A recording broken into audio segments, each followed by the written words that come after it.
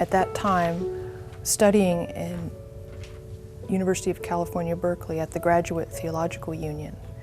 And I had come back home to the East Coast for the summer months. And so I went back to my regular Sabbath school class, and I was attending class, I think it was the Sabbath immediately following Utrecht, and they were talking about some of their memories and for them the key moments of that last General Conference session, what was just within the last 2 weeks. As the conversation around that table and around the whole room began to get going, there began to be this momentum in the room of various members saying, it's time to ordain women now. It's time. And there became this conviction that it's not going to happen at the World Church. And we as a congregation who has had women on our staff since 1973, we cannot continue to live in a way we don't feel is correct before God and before the gospel.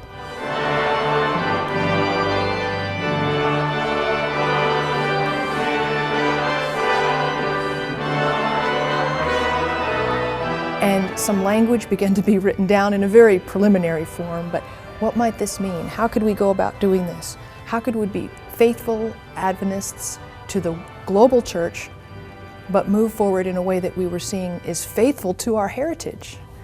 And so this was in conversation for a long time. They decided about a business session. We would come together as a church in business session. And at that event, which had an enormous amount of people attending, one of the largest business sessions I had ever witnessed, as far as the numbers of people that came out, it was overwhelmingly in favor of moving forward as a local church.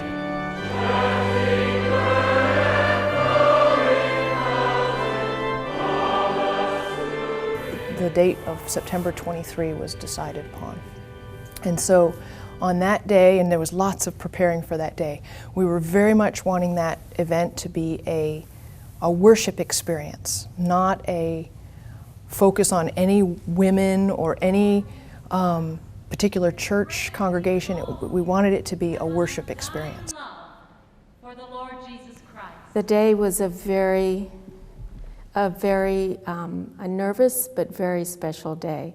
We had done a lot of planning, and we wanted to make it a service not that was upsetting or controversial or a problem. We wanted a service where we worshiped and where we felt that we were answering God's call and that the community was behind us.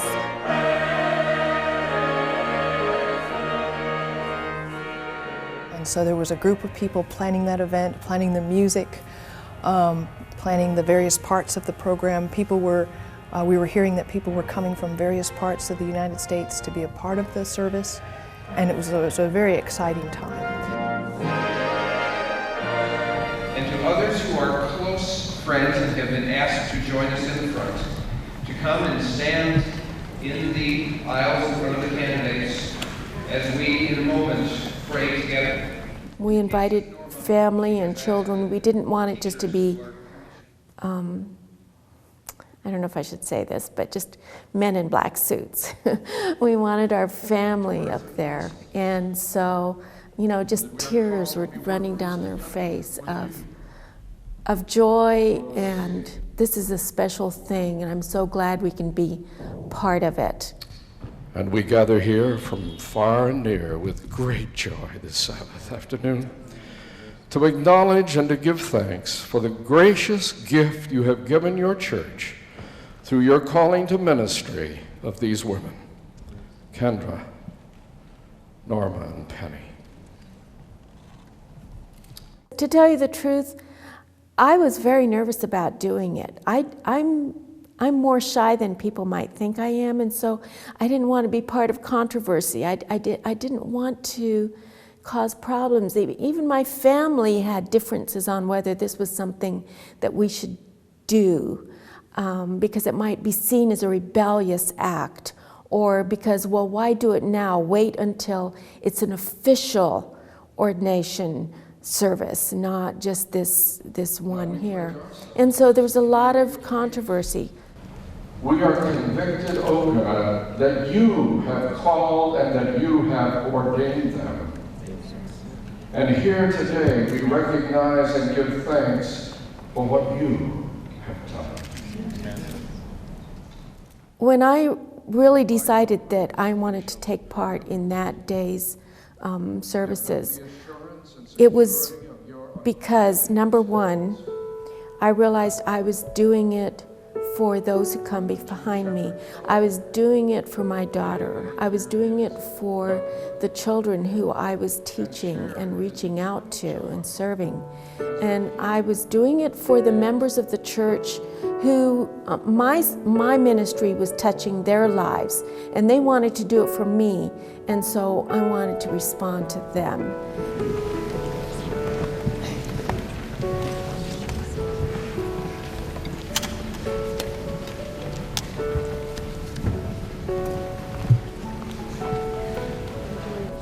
In that sacred moment, Sligo members and friends were drawing the future into the present. In that sacred moment, we were truly being Adventist.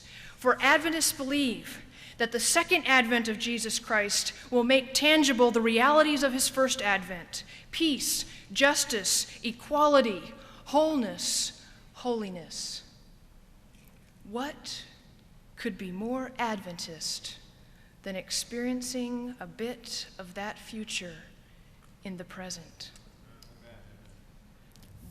That's how I recall that sequence of events, starting in a very much of a lay person Sabbath school class, becoming convicted after having waited so many times for so many GC sessions, and then having the discouragement of Utrecht, trying to turn that into a positive experience for a local community.